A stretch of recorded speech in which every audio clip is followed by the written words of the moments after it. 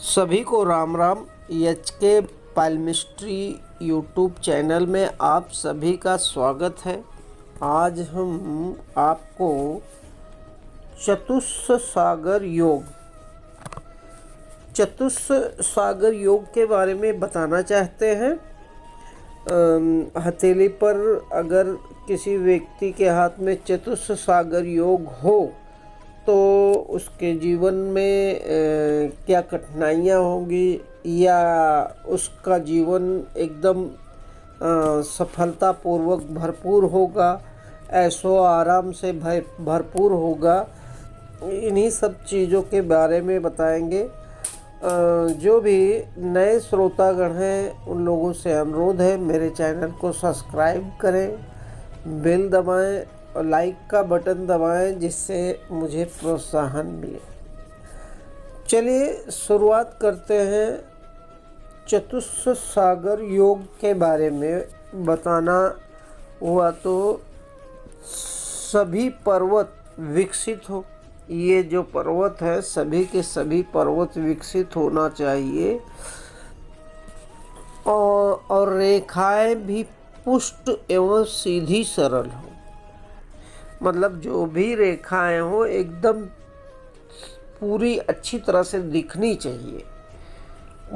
मतलब उसमें कोई अदृश्य रेखा नहीं दिखनी चाहिए, कोई पतली रेखा नहीं, एकदम गहरी रेखा दिखनी चाहिए। और स्पष्ट हो तो चतुष्स योग बनता है। यह योग बहुत बड़े अधिकारियों को भी, लेकिन चतुष्स योग यह मैंने आपको एक चित्र बताया। तो देखिए इसमें ये जो है यह सब पर्वत है। ये छोटी उंगली में पर्वत, ये गुरु पर्वत है, ये शनि पर्वत है, और यह सूर्य पर्वत है, यह बुध पर्वत है, यह शुक्र पर्वत है। यह महत्व होता है। अब जैसे इस हथेली में देखिए आपको बता रहे हैं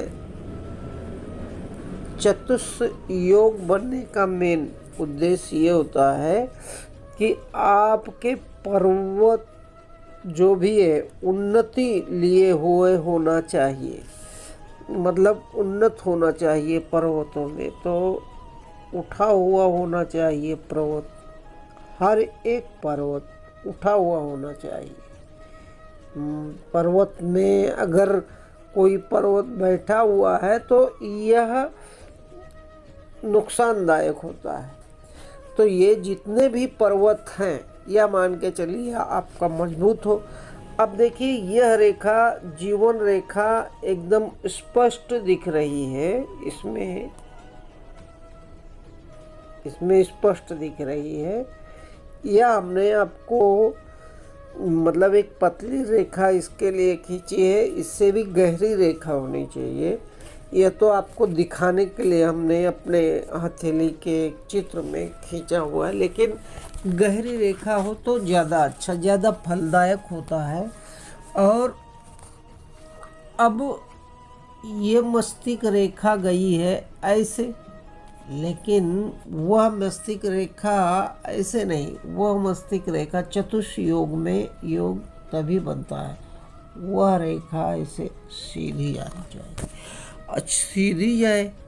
और उसके ऊपर से अभी वो पहले वाले चित्र में तो ये जो हृदय रेखा है उसमें दिखाया गया है कि एकदम सीधी रेखा हो। तो अभी इसमें तो थोड़ा शनि पर्वत की तरफ झुकाव है और उसके बाद में गुरु पर्वत की तरफ जा रही हो, लेकिन यह भी रेखा सीधी रहनी चाहिए, टेढ़ी नहीं रहनी चाहिए। यह भी रेखा एकदम सीधी हो ऐसा। तो यह चतुष्स योग बनता है। और आपके पर्वत उच्च दर्जे के हों, मतलब किसी में दोष नहीं हो, कोई बैठा नहीं हो, एक समान सभी होना चाहिए। तो ऐसे व्यक्तियों के भाग्य में बहुत ही उच्च पदवी, बहुत ही अच्छा योग बनता है। यह चतुष्ट योग के सहयोग से बहुत बड़े बड़े उच्च अधिकारी बनते हैं, बहुत लोगों का नेतृत्व करते हैं। जैसे कि अब मान के चलिए उच्च अधिकारी नहीं बने तो कोई यूनियन के बड़े नेता बन गए, जैसे कोई फैक्ट्री में है तो उसके लीडर बन गए, और उसके बाद में नेता भी बनते हैं। और अधिकारी जैसे सेना में हो, ऐसे आदमी सेना में अगर भर्ती हो तो बहुत बड़े अधिकारी भी बन जाते हैं।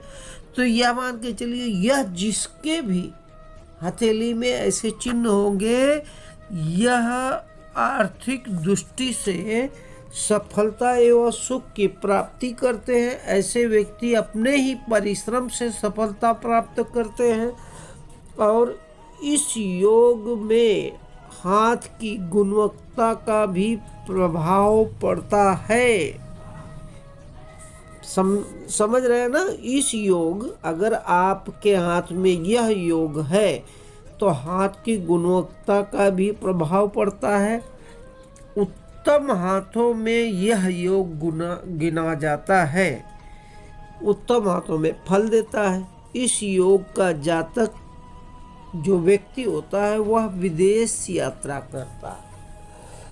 तो ऐसे योग वाले विदेश यात्रा कारण है कि ऐसे लोगों को उनकी जो काबिलियत है उसके लिए विदेशी लोग बुलाते हैं, उनकी काबिलियत जानने के लिए।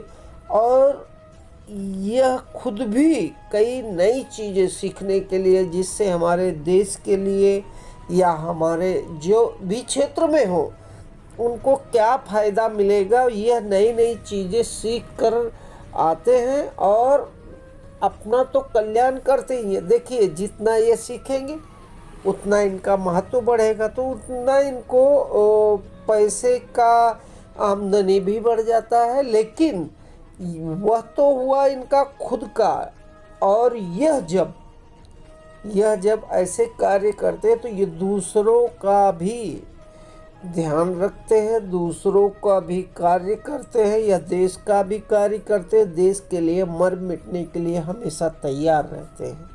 तो ऐसा योग बहुत कम आदमी में यह जो हमारी मतलब जीवन रेखा है, यह ऐसी घेरी हुई है। और जिनके हाथों में ऐसा योग बनता है उनकी क्या है, जीवन रेखा अधिकतर ऐसी सीधी होगी, ऐसी सीधी होगी। या मैंने अपने जीवन रेखा बताई, मतलब उसको चतुष्ट योग कहा जाता है कि आपकी रेखाएं सीधी हो और हथेली में जितना भी विभाग हो यह अच्छा हो। बहुत कम आदमियों में ऐसा होता है, लेकिन आप भी देख सकते हैं। देखिए, हथेली देखने का एक महत्व ये भी है, जो देखते हैं तो उनके हाथों में बहुत सा चीज़ रहता है, लेकिन वो डरते हैं, कार्य करने के लिए हिचकिचाते हैं। उसके लिए कभी कभी ऐसे योग, देखिए, कोई भी आपकी रेखाएं बिना आपके कर्म के सिवाय आपका कार्य नहीं होगा।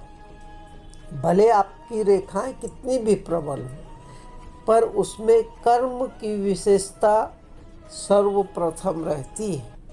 और बहुत जन के हाथों में ऐसी रेखाएं होने के बावजूद भी वह जब कर्म नहीं करते तो उन्हें सफलता नहीं मिलती। एक तो उन्हें ज्ञान नहीं होता है, और जब ज्ञान नहीं होता है कि हाँ, हमारे हाथों में, हमारे में इतनी बड़ी शक्ति है, तो वह मतलब कार्य वो वाला करते नहीं। जैसे भगवान हनुमान जी को अपनी शक्ति के बारे में ध्यान ही नहीं था। जब उन्हें याद दिलाया गया तो फिर उन्होंने राम भगवान का पूरा कार्य संपन्न किया। तो उसी तरह हथेली, जो हाथ की रेखाओं के बारे में अगर जान लेते हैं तो कार्य करने में उनमें तेजी आती है और वह अपनी मंजिल तक पहुंच जाते हैं।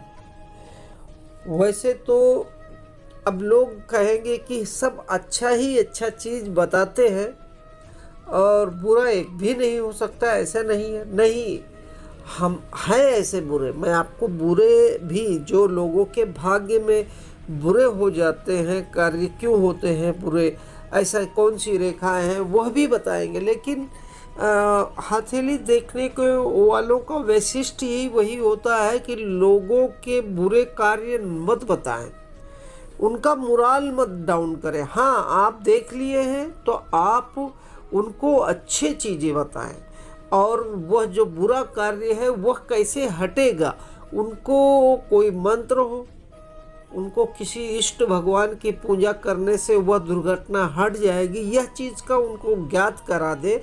जैसे कि आपको आर्थिक हानि होगी यह बता दे, लेकिन किसी के जीवन में क्या क्या प्रवृत्ति, मतलब ज़्यादा घटनाएं, आप उनका मोराल कभी मत डाउन करें। जो भी हथेली में आप जिसको भी बताना चाहेंगे उनका कभी मतलब ऐसी कोई रेखा के बारे में ना बताएं कि जिससे सामने वाले का मोराल डाउन हो। इसीलिए मेरे से, हमसे कोई व्यक्ति पूछता है कि भाई मेरी जीवन कब तक है, मेरी स्वास्थ्य रेखा कब तक है, तो मैं उसमें कुछ अंश तो बता देता हूँ, लेकिन उसको बताता हूँ नहीं आप ठीक हैं, और फिर उसको कोई ना कोई मंत्र बताऊँगा या किसी इष्ट भगवान की पूजा करने के लिए बता देता हूँ, उनको लाभ मिलता है। देखिए, एक ही मार्ग है, आपको जो भी प्रॉब्लम है, आप में अगर कोई कमी है हथेली में, देखिए हथेली की रेखाएं सदा बदलती हैं। आप अगर विश्वास नहीं करते हैं तो आप आज अपना फोटो निकाल के रख लीजिए हथेली में, और ज़्यादा नहीं, 10 महीने के बाद में फिर से हाथ का एक फ़ोटो निकालिए और दोनों का ऑब्जर्व करिए। देखिए, एक प्रमुख रेखाओं में भी बदल होते हैं।